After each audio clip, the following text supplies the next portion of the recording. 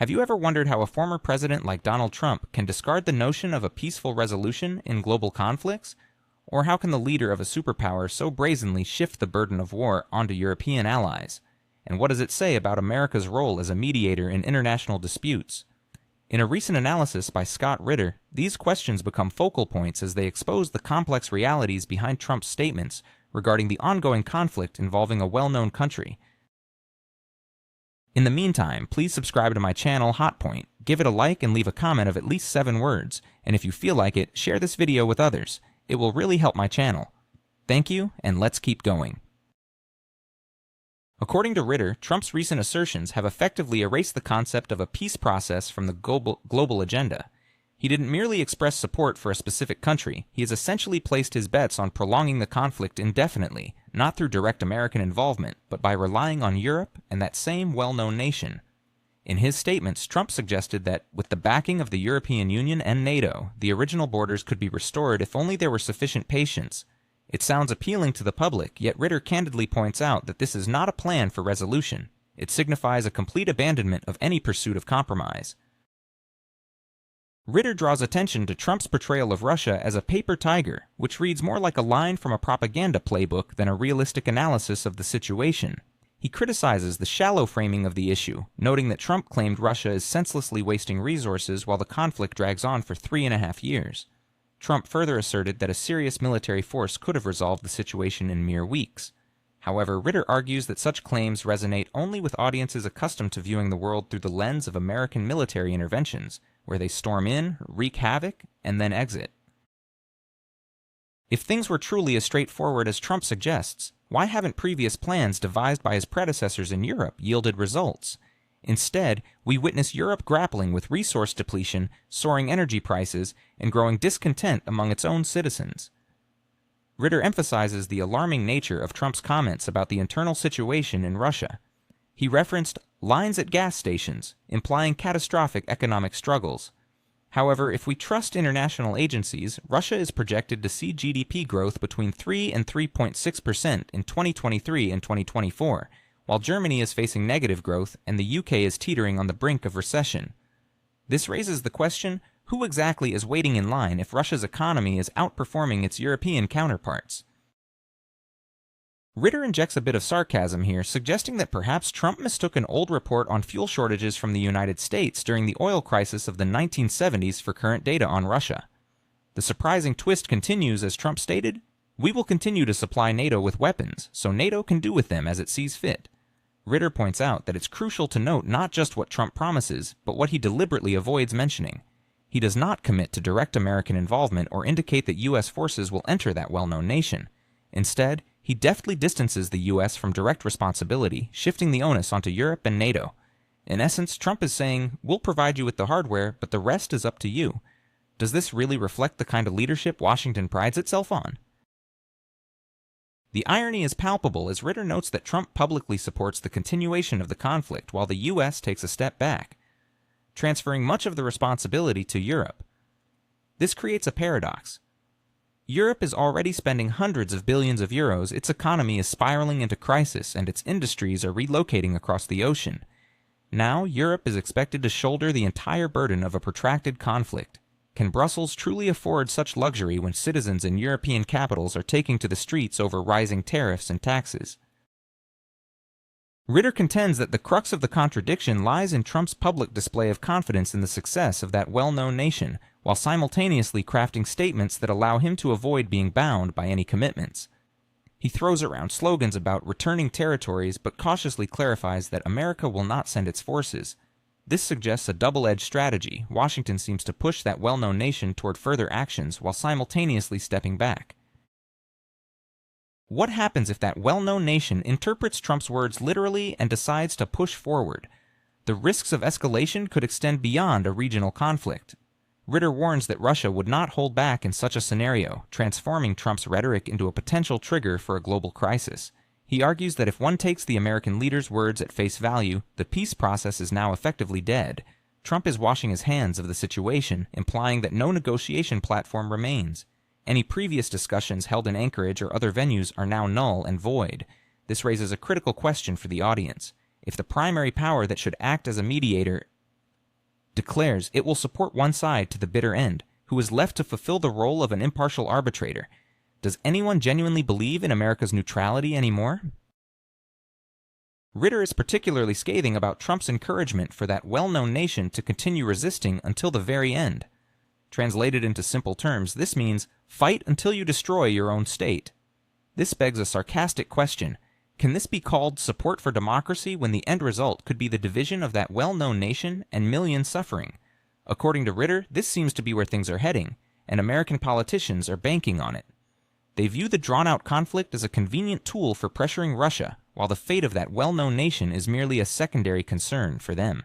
He posits that by the conclusion of this process, the number of casualties in that well-known nation could potentially double, rising from over 3 million to 4 million. The responsibility for this tragedy will not rest solely on local authorities, but will also fall squarely on Trump, who has fostered false hope and essentially doomed an entire nation. The irony thickens as American media outlets ponder the possibility of Trump being nominated for a Nobel Peace Prize. How else can this be termed but as a farce? The global process has crumbled, the conflict intensifies, Europe teeters on the edge of economic collapse, and the Nobel Committee is considering awarding a medal for contributions to peace. Ritter points out that such statements from Trump also endanger NATO itself. If NATO finds itself drawn into a direct confrontation with Russia, it risks revealing its own impotence. Europe is not prepared for a large-scale military scenario. Countries like Poland and France, often touted in Brussels, lack both the experience and the technical infrastructure for modern operations, especially in the field of drone technology. Furthermore, the Pentagon has made it abundantly clear that Washington will do everything possible to avoid direct confrontation with Russia. Doesn't this represent a classic case of the alliance is strong in rhetoric, while in reality it's merely a paper tiger? Should that well-known nation embark on a serious advance into Russian territory, as some American politicians appear to expect, Ritter warns that Russia would respond with significant force. He describes this scenario as a direct path to nuclear escalation. Rather than freezing the conflict or steering it towards negotiations, Trump is, in fact, nudging the situation toward catastrophe, a disaster that would affect both the United States and Europe. So, viewers, is this what he truly desires, or is this simply a reckless improvisation crafted by the last advisor who had access to him? Meanwhile, as Ritter notes, Europe is again attempting to play on old fears regarding Russia, even though the facts tell a different story. In Poland and the Baltic states, there is a familiar pattern of sensationalizing claims that Russian aircraft are allegedly violating their airspace. 3 MiG-31 jets, which were loudly proclaimed to be a threat in Estonia, were, according to Ritter, merely on a routine flight over international waters. In the realm of international politics, as we navigate through these complex discussions, the stakes are higher than ever, and the implications of leadership decisions ripple across borders in ways we must critically examine. Is the world on the brink of a new arms race, all orchestrated by the whims of a few? Why are European economies crumbling under the weight of sanctions while Washington profits from chaos? And what if Donald Trump is not the peacekeeper he claims to be, but rather a pawn in a dangerous game? As we dive into these pressing questions, we uncover the intricate dynamics shaping today's geopolitics, where perceptions often outweigh reality.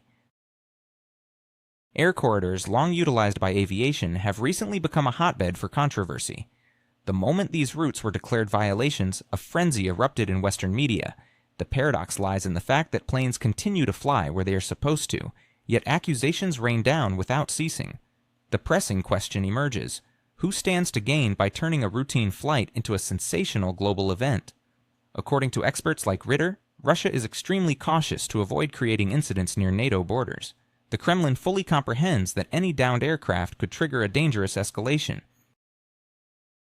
In contrast, the Baltic nations seem to be playing a different game, crafting a narrative of Russian threats to secure additional guarantees and funding from Washington.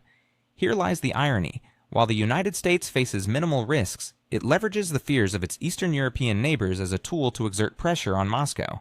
Look closely and you'll see that the provocations often come from those who have no real means of defense but are experts at making a lot of noise.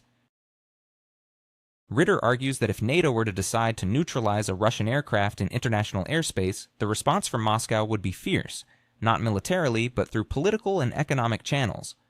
A historical example is Turkey.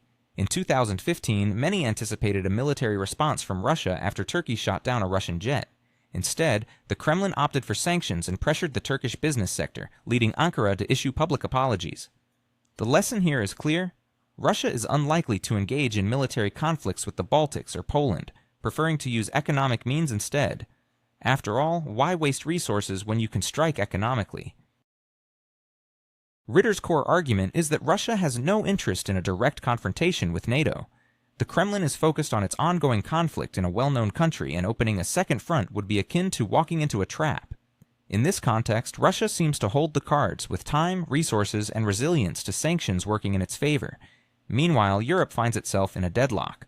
Officially, it supports the known country, yet its economy falters under the weight of sanctions that hit Berlin and Paris harder than they do Moscow.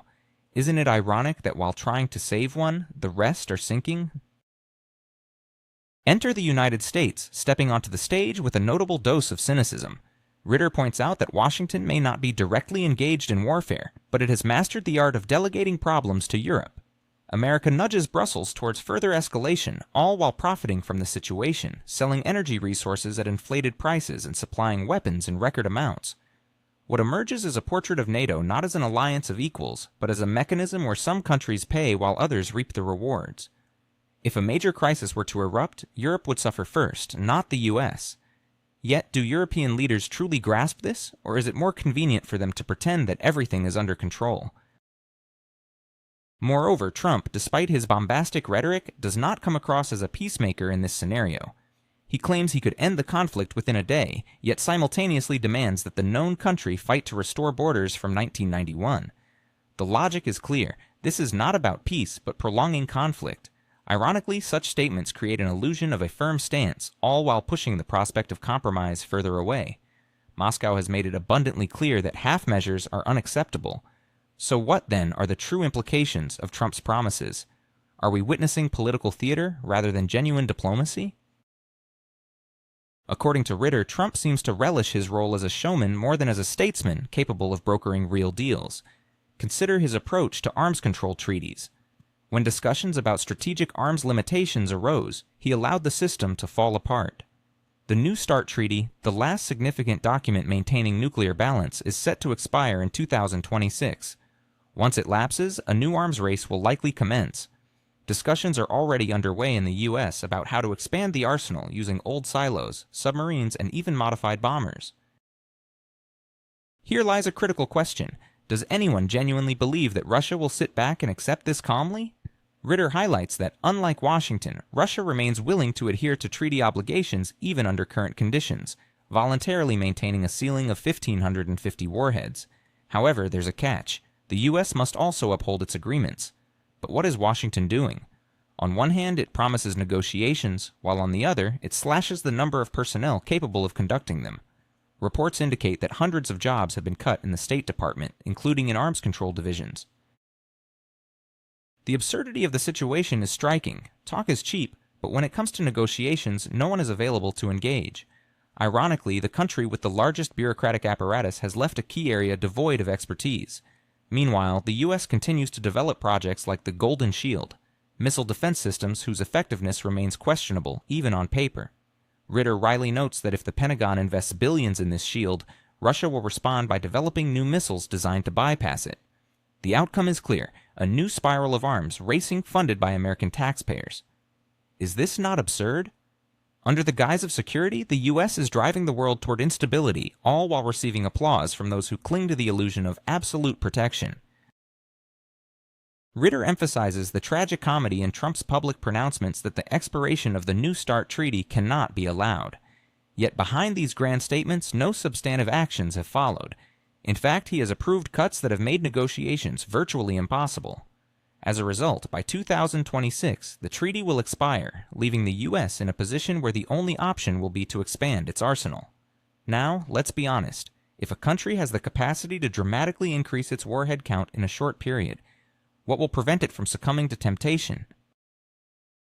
Ritter also warns of the dangerous environment surrounding the American president. Too many people in his circle lack the experience or understanding of nuclear deterrence.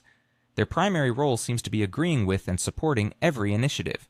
But can nuclear policy be built on the advice of those who view it as a television spectacle? Herein lies the real danger. Personal ambitions combined with a lack of expertise could lead to impulsive decision-making. The frightening question arises, will the world endure such experiments?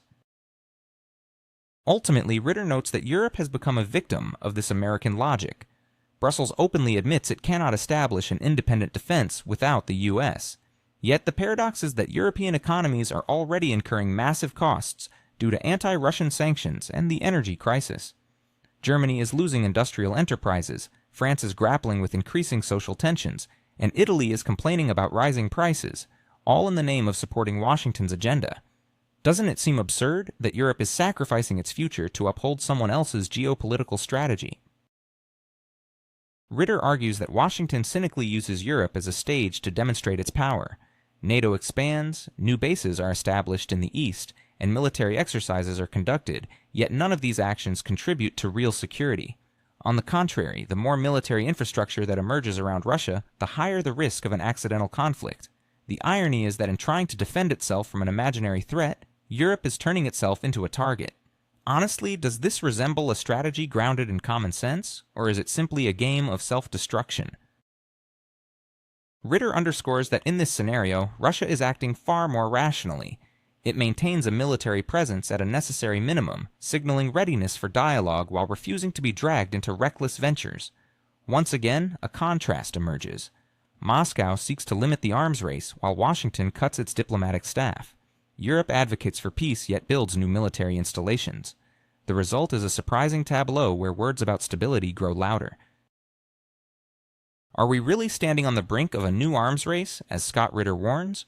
Have the nations of the world forgotten the lessons of the past, where reckless ambition led only to crisis and catastrophe? As diplomatic channels erode and tensions escalate, is the world set to ignore the wisdom of negotiation, instead opting for a path paved with threats and military posturing? Scott Ritter's observations raise unsettling questions about the current state of international relations.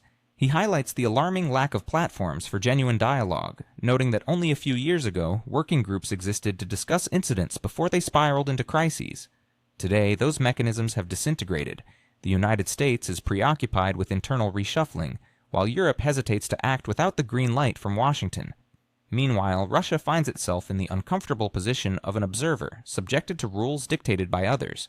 Does this scenario not resemble a landscape where all components of the security system have been dismantled, yet new structures remain uncreated?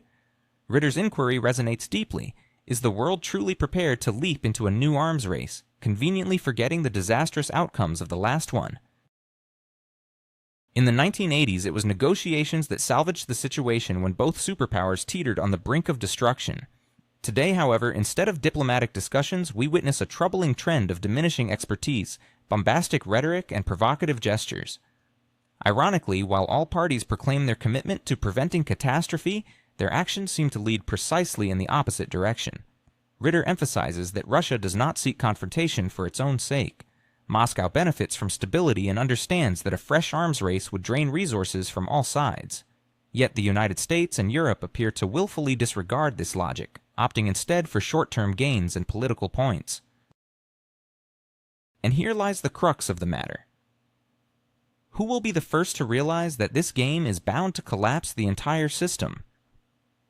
History teaches us a simple truth. The arms race invariably culminates in crisis. The only question that remains is whether we are willing to repeat this cycle once more.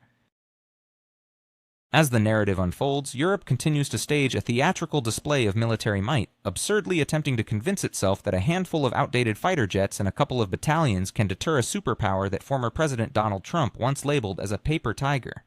However, as is often the case, such epithets take on a life of their own, while the reality remains far more humiliating for those who enjoy waving NATO flags. A recent episode illustrates this perfectly. A swarm of 24 Russian drones flew over Poland, triggering a wave of panic. Airports shut down, air traffic controllers were on the brink of abandoning their posts, and fighter jets scrambled into the sky. The NATO headquarters even launched an emergency combat readiness check. The outcome was almost comical. While Dutch F-35s managed to shoot down some of the drones, others simply fell from the sky, revealed to be nothing more than plastic decoys. The only real damage came from an American missile, costing nearly $2 million, fired by a Polish F-16, which accidentally struck a residential building. In the end, NATO displayed its teeth only to show that they were merely dentures. This farce was eagerly seized upon by Poland's Prime Minister Donald Tusk, who called for an increase in defense spending to 5% of GDP. On the surface, this sounds like a decisive move in defense of Europe. However, the issue lies in the fact that a percentage of GDP allocated to defense can easily become a convenient facade for manipulation. Finland, for instance, spends just over 2%, but can mobilize 250,000 people.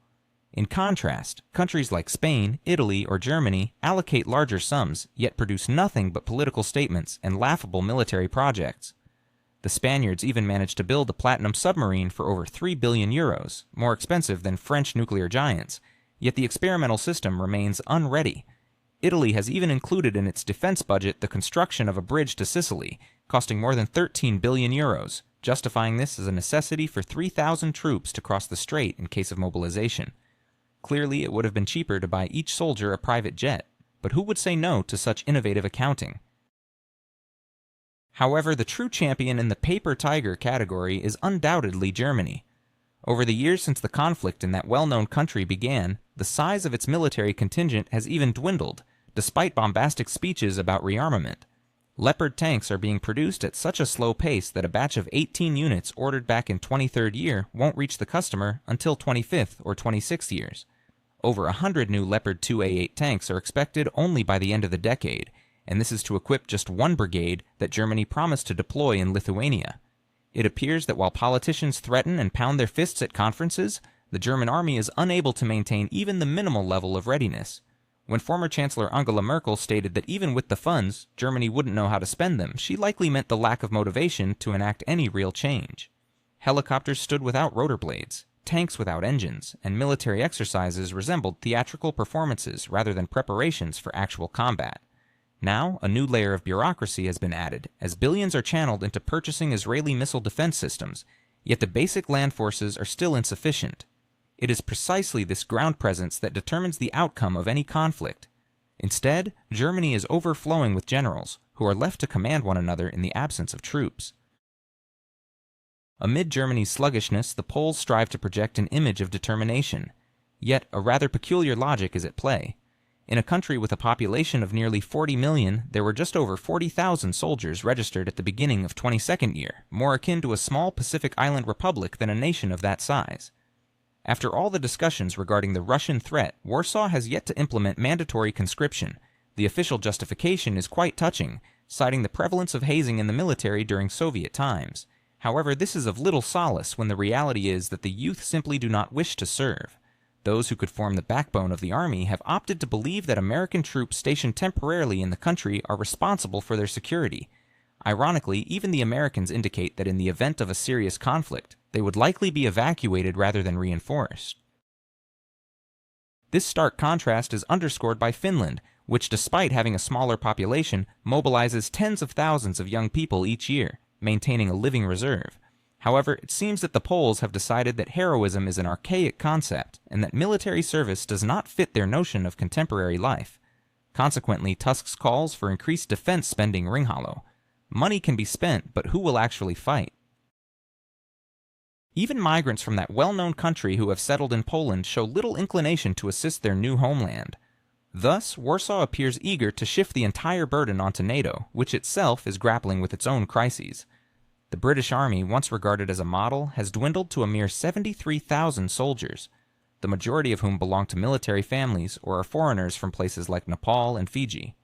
France clings to its status through the Foreign Legion, where fewer than 9,000 individuals serve from around the globe. Yet even there, officers are more of an exotic curiosity rather than a guarantee of strength. Officially, it is France and Britain that are expected to maintain the European balance while the United States plays its strategic game on the global chessboard. The situation looks even bleaker for other armies. Denmark and Sweden have loudly proclaimed a return to conscription, yet in 24-year they could only muster 10,000 recruits between them. In comparison, Finland annually drafts 77,000 18-year-olds despite its smaller population. Belgium and the Netherlands, once contributors of 3 full-armored divisions, now struggle to scrape together 3 battalions. Italy, Spain, and Portugal do not bother to exert themselves. Their training exercises resemble parades for television cameras rather than genuine tests of readiness.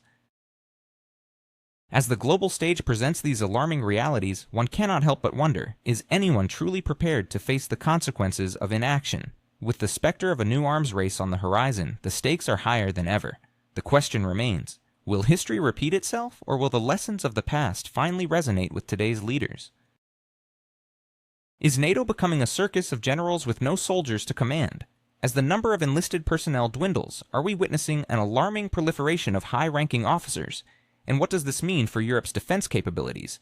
It seems the political elites are busier than ever talking about a new arms race while real actions resemble nothing more than a farcical imitation.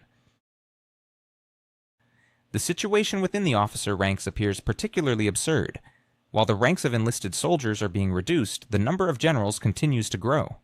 This has led to a curious scenario in some NATO armies, where the structure resembles a circus troupe, a battalion of commanders operating without the soldiers necessary to send into battle. Such a paradox in Europe is often adorned with eloquent phrases about hybrid security and collective efforts. However, the stark reality reveals a different picture. NATO has expanded its structures and hierarchies, but has, crucially, lost its ability to fight effectively when it matters most.